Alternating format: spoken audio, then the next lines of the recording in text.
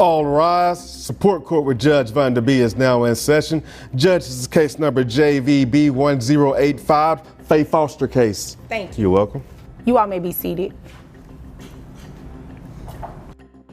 All right, here we go. This one cuts close to the bone. A worn-out grandmother, a single mom barely hanging on, and twin boys stuck in the middle. Judge Vonda steps in to untangle a case where love clashes with resentment and family drama runs deep. But just wait until you hear the daughter's side. Things get messy fast. Excuse me, we will not have any outbursts like that. We just gonna sit here and let her say whatever she wants to say? I'm just going to sit here and let her say what she wants to while I'm speaking to her. And when it's your turn, I will allow you the opportunity to do the same thing. Okay. There will be no more outbursts. Yes, we're clear? Yes, ma'am. Okay, thank you. Go ahead. Okay, so we agreed that she would pay $400 a month, plus she would pay $275 a month, so I'll put her kids in insurance. Okay. Feel that tension. Faith Foster calls out her daughter for living rent-free and sidestepping responsibility. But the daughter fires back, insisting there was never any real agreement. Classic case of she said. Now here's the kicker. Clip 3. $1,200 in a single weekend just from braiding hair. That's more than some people earn in an entire week. Yet Faith claims she's only seen a few hundred trickle in over months. So the real question is, where's all that money going?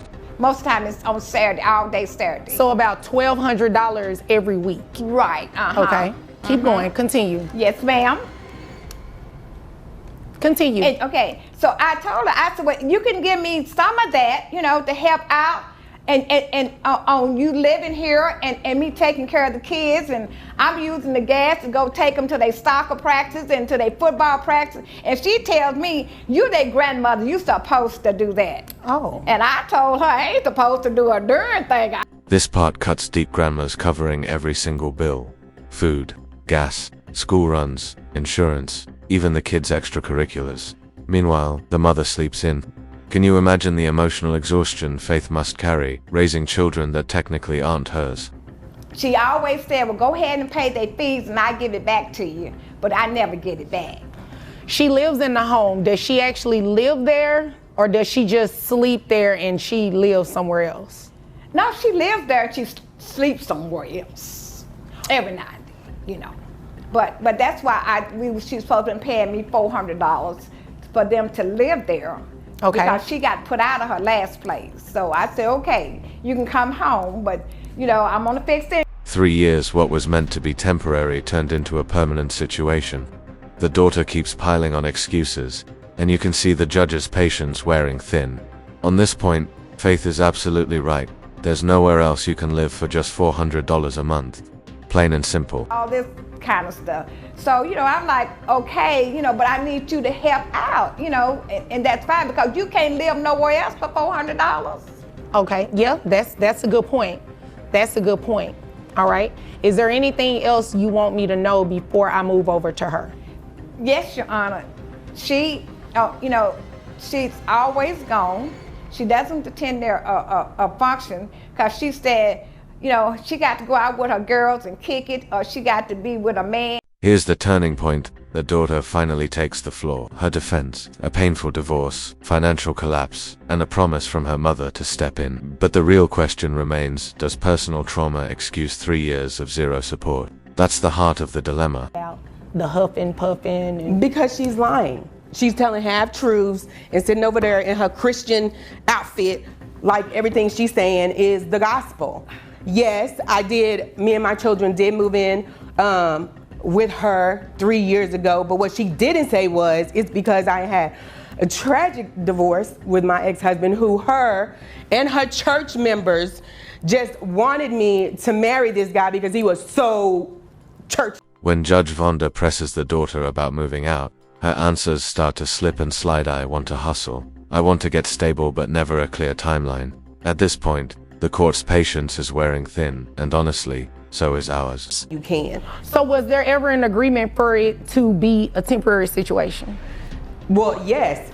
You'd agree with me that 3 years is no longer temporary, right? I would say it's no longer temporary, but in the moments where I would say, you know what, I'm gonna do what I can to see where I can to get. It was her, the one that was talking about, oh, that's not a good place for my grandbabies. You don't need to take them over there. And, you know, I worry about y'all's safety over there, and that's too far. Let's be honest, cooking and cleaning in your own mama's house isn't real contribution.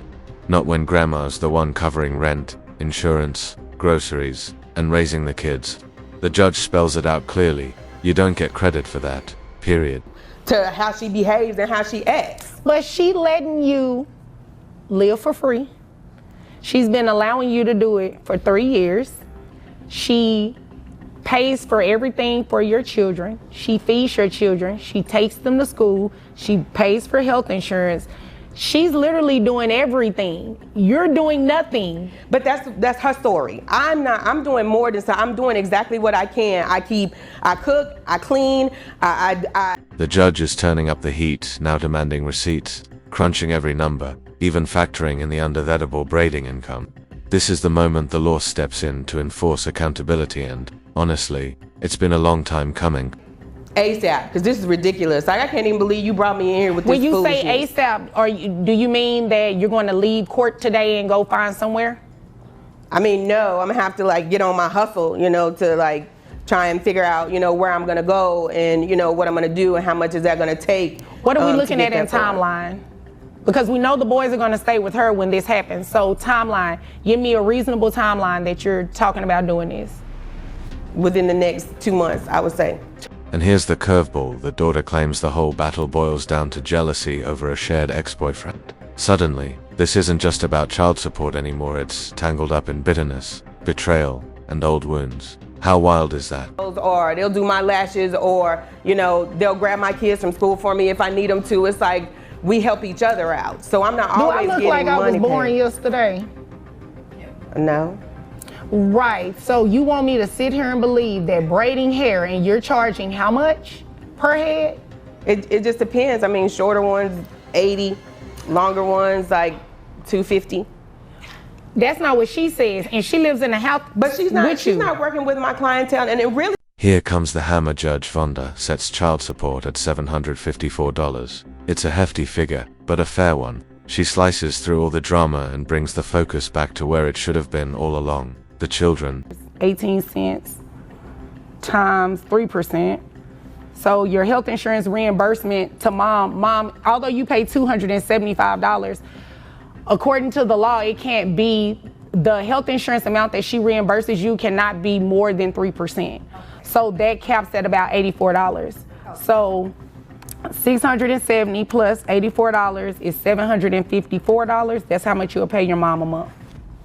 $700. What a roller coaster. Emotional outbursts, shocking twists, and legal mic drops.